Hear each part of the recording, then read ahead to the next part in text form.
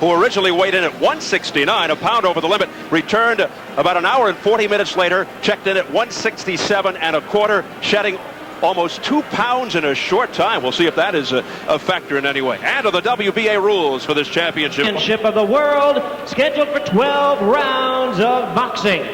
Introducing to you first the challenger on my right and fighting out of the blue corner. He enters the ring wearing aqua trunks with black trim, fighting out of it representing Flint, Michigan in the United States. He weighed in at 11 stone, 13 pounds, or 167 U.S. pounds. His record includes 27 wins, only 1 defeat, with 18 wins coming by way of knockout. Here is the WBA #1 ranked super middleweight in the world. Please welcome the fighter known as the Doctor of Style, Tim Liles.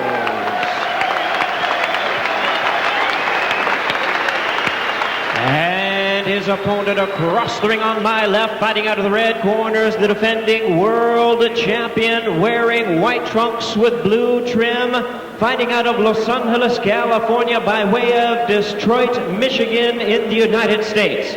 His weight, 11 stone, 13 1/4 pounds, or 167 1/4 U.S. pounds.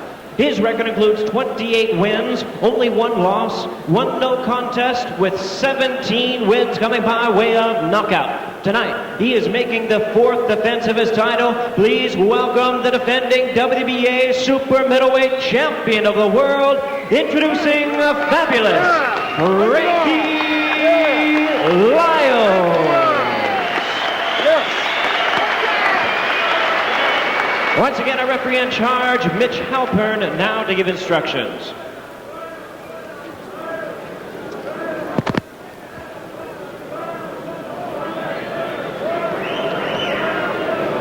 All right, gentlemen, this will be a clean fight. Protect yourself at all times. Obey my commands at all times. Any questions? Like, touch gloves. Come on, touch it. So here in Newcastle, England, we're getting set for the WBA Super Middleweight Championship. Tim Liles, handled by the venerable octogenarian trainer, Eddie Futch, who's trained so many big names over the years. Is Frankie Liles is handled by Freddie Roach, former brave savage fighter. Liles, born on Valentine's Day, very soft-spoken and hard-punching, very humble, personable, honest outside the ring. As Bobby pointed out, 2 very nice guys. Frankie Liles, his first fight in 7 months, coming off the unanimous decision over Brazilian Mauricio Amaral in Stuttgart. He's tall, rangy, he's a southpaw, he's a pool pro, actually a natural right-hander, learned to fight southpaw in the amateurs, knocked the guy out with the left hand and said, hey, this is pretty good, I'll keep doing this. And Tim Liles, the #1 contender, he's a world-class fighter, always ready, not spectacular, but solid. And said he has no problem with left-handers at all. He's fought just about every kind of left-hander. No problem. He says that's not a problem. He said at one point he fought 5 in a row, including Frankie Liles, and he beat them all. You know, some fighters have a theory that the right hand down the middle is the key to his southpaw. Others, the left hook. And Tim Liles said his left hook is his dominant hand. His left hand is his dominant hand. The hook and the uppercut, he likes it. That is not a knockdown, waved off by Mitch Halpern. It was a slip. It was a solid shove is what it was. In spite of what he says, he's been throwing that right hand quite a bit, as Tim Liles. I mean, we're looking for the other, and he's throwing it with some force.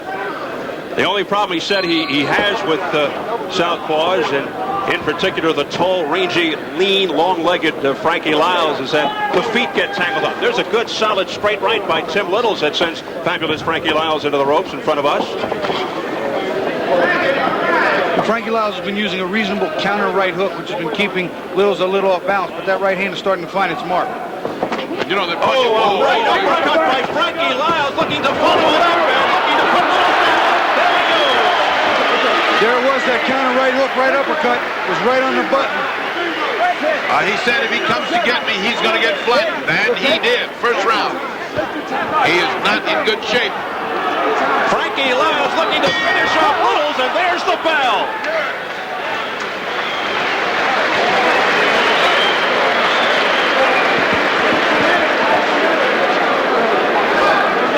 be something wrong with the bell, as you saw our clock said about 56, 57 seconds. I think it was a 2-minute round. It was only a 2-minute round. It was a 2-minute round. How do you like that? And Tim Littles went to the wrong corner. He went to a neutral corner. So the argument from the Frankie Liles corner, they're screaming it was a 2-minute round, and Tim Littles off the hook. Well, that right hand was bounced off, and then the left just crunches Littles as he goes down, and he gets up in bad shape, Bobby. Yeah, you know, that right uppercut and then the right hook behind it again. He's in trouble. You can see there he's totally stunned. Another right hand that doesn't really land. Eventually, the straight left is what puts him down. Major controversy here at the beginning of the fight. What a break for the challenger, Tim Littles, who looked like he was ready to go in the first round. It was a 2-minute round. Well, there's a lot of shrugging going on all around ringside. All of the officials are just kind of going, well, what can we do? But boy, what a big break that was for Littles, who looked like he was on his way out. So it's round 2. And we certainly hope this goes 3 minutes. Well, they've already set up the appeal with that. And Frank Liles gets wobbled by a right hand. Liles is staggered. Oh, what? And down he goes, but he's pushed by Littles. WWF tactics here. Employed by both fighters. Littles claiming, watch the head. He's cut already. They Littles banged is heads. cut. Little has a cut over his left eye. They did bang heads. And Littles hitting on the break. Things getting very ugly, very messy here. And Mitch Halper wants to settle things down, and take a look at that cut. Let's go, Doc. Let's go. Come on, he wants to get the doctor up here. That was an accidental headbutt. He's okay. It's off the headbutt. Look at that cut by the left eye. Okay, put me to go. Can you see exactly where it's located? It looks like it's in the eyelid, and that's not a good piece of news. It's a low blow by Littles, and Mitch Halper has to caution Tim Littles. Oh, this is a foul fest from the start. Man, what a straight. Oh, look at this. Holding and hitting now by Littles, and it gets worse and worse. Hey, that's behind the punch and 2 kidney punches. That was 3 fouls in a row. I'll tell you what, this has turned into a solid street fight, something you might see in the streets of Philadelphia. Boy, and if it changed by some streak of luck, how could you explain it with that 2-minute round? And Liles just walked into a left hook by Littles. Littles bleeding around the left eye. Wild swing and a miss with the right by Littles as he pours in. And the grappling tactics continue. And a low blow continues. That was a very low blow. The referee did not say anything, but it was low. And right now you can see that Littles is somewhat desperate. He sees and he senses that cut may cause things to go the wrong way. He's behind on the scorecard for that first knockdown in the short round. It's going to be interesting from here out. Tim Littles, who could have been out of there in the first round except for a 2-minute round, the holding and hitting by Tim Littles, with Mitch Halper trying to get in there and break it up. You okay? He's asking Liles if he's okay. Intentional foul. Intentional foul, taking a point away from Tim Littles. You can take your time. And he's telling Frankie Liles, you take your time. When I say Frankie, take a minute back, okay? He takes a point away from Tim Littles. Point here. As this grows worse and worse in terms of ugliness. You okay? Let's go. Well, it is a desperation, no question, of Tim Littles that's causing him to fight in such an extraordinarily rough manner. These guys have met many times and had no trouble. Now it's nothing but trouble. Well, they finally reached the 3rd minute of the 2nd round. They've got that straightened out. That was ludicrous. You know what part of the problem is? A, their southpaw and the orthodox fighter will get tangled up. They're crossing from different angles. B, Frank wants to sit back and box, and Littles wants a war. So this alley rages on. Liles getting tagged by that straight right by Littles, who stumbles to the canvas. It's a knockdown for Liles. He's jumping around and running around like a colt, but is anything like a colt. He has not his senses with him, and the bell saves him again. Twice saved by the bell in 2 minutes. Oh my goodness. Oh my goodness. Get through the round. See, you're trying too hard. Okay? Get too hard. Yeah, take your time. Get through range. Don't grab those points, right? Okay? Yeah. Go ahead. Pull it. Yeah. You get hit. Yeah. Back with that loop. In your water. All right. Yeah. It's all right. Okay. Good one. It's all right. Yeah. Yeah. Blessing myself. I got you. You had the man, Tim. Just take your time, okay? Yeah, the referee, he was holding on that. No. Don't worry about that. That's That point. Yeah, that's all right. Hey, ref. That's all right. You gotta watch the hold, right? Yeah. That's why I was still hitting, because he was holding. Look here. All right, let's take a look at that spot. Here's where Liles gets hurt. Then, as he gets up, we can't see it, but we think he hit the rope and cut his eye. And here we go for round 3. It has been a foul fest from the start. There's a straight right hand by Liles.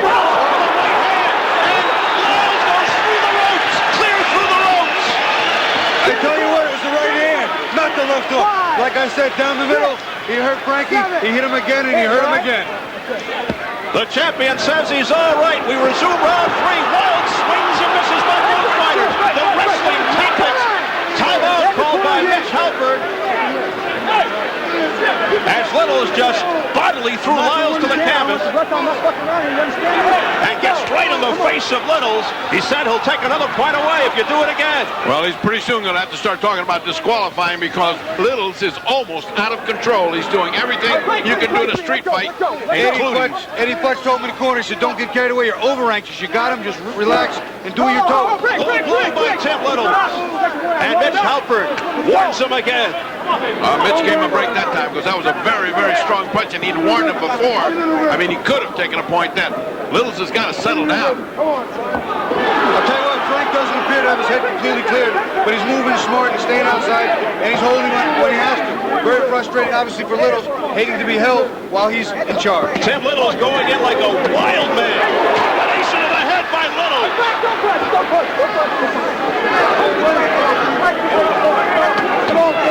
Liles goes right back at Liles. Good counter hook by Liles there on the way in. Liles having his trouble getting in without getting tangled up and tied up. It's like these two guys got mangums. They're just shooting at each other and seeing which one can hit first. Because both of them are shooting power shots. Straight right hand by Liles, right above us. And again, he pushes Liles to the deck. No knockdown. Somewhere along the line, he's got to warn him about that throwing a fighter down. How many times has he done that? Well, you know, that time I don't think he really did. I think he just pushed him off, and Liles just kind of went down. That one didn't look as blatant as earlier. And then Liles flailing away. And Liles just hangs onto him. And Liles in trouble right there for a brief moment. Boy, anybody that said this was going to be boring, and I'm one of them, chess game is dead wrong. This is a war. And both workmanlike, gutsy type fighters. This is very uncharacteristic of their styles if you look at their ring history. Well, I'll tell you what, something you saw in the interview with Tim Liles, he said he had to impose his will, and he didn't want to be broken. He's showing that. He was hurt early and came back strong. But Liles said, let him come get me, and I'll uppercut him to death, and he's been doing that. Both men have been imposing their will. What a fight. The pace has not let up. We come up to 15 seconds remaining of the 3rd round. Oh, no! It's Tim Liles! What a Beautiful counter right hand. A perfect counter right hook. The same thing that got him in trouble the first time. He staggers to his feet. Forget about it. It's over. Over. Once they land on their face, they don't get up, and he landed flush on his face. What a fight, and what a finish. A ferocious right hook by Frankie Liles, who points his fist at our table saying, who's the champion? Frankie Liles did what he had to do. He got hurt, he waited, and he knew Tim Liles was going to keep running. Keep jumping over anxious, a little careless. He set up a beautiful counter right hook, lights out. But for these two guys, Bobby, these two guys that claimed they were going to have a chess game, forget the chess game. They were throwing rocks at each other. You know, Liles people said 6 rounds, and Liles thought it might go to distance, but he sounded like it was going to be a fight. And I think the cut kind of forced it. This was a chess game with real swords and real horses. Boy, I mean, they really went at each other. That was some kind of fierce fighting. Sometimes when fighters have fought each other so many times, they're so used to it, it gets a boring fight. This was like they'd never seen each other and got in a dark room. And I think, fellas, perhaps poetic justice in light of the fact that Liles was really taken off the hook in that first round when the round went only 2 minutes. It would have been a big controversy had Liles been able to score a knockdown, or knockout rather. Then, boy, what could you have explained it to? I mean, what could you impute it?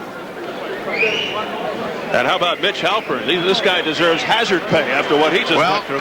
And what the kind of fouls and the kind of intensity that we saw here, it seems like almost every night that we have a Showtime fight, we come across one of these nights that's just the acme of violence. And thank goodness Tim Liles is okay. He gets up to the cheers of the crowd. Good atmosphere after a very wicked atmosphere during the fight. We have an old saying in the gym, too, sometimes when they fall face first, normally you don't even have to count, just get their row. But he walked into a clean shot. Liles set him up, waited, caught him coming in, used his own momentum, a quick, clean, sharp right hand that I don't believe Tim Liles ever saw. Liles showing his punching power. Boy, and had this thing going on, he had dug himself such a huge hole. Not only was he going down every round, but they took a point away from him. So he was 20 and 15, and it was only the second round. So it is redemption for 31-year-old Frankie Liles, retaining his title and exacting revenge. Well, let's take a look at this fantastic finish. And we'll look at it from every corner. So I'm sure that's about as good as he gets with a right hook. That's about as good. Look at the way he landed on his face. Bobby, take the next one, which is going to be the same thing, Bobby. It's going to end up the same. Once again, you see Liles coming in. As Eddie Fudge said, he was being a little careless, too aggressive, over anxious, and he just walked in, not caring about defense, looking to land a big right. He walked into a big right, a right hook. Well, I think a lot of that was a product of the exhaustion also. Had been down so much, and that was right on the button. I don't know how he could have taken that. It is title defense number 4 for Liles, who ups his record to 29-1. So, you know, last look from the overhead. Roy Jones Jr. was beaten by Liles in the amateurs, and now you see why. Red, white, and blue trunks weighing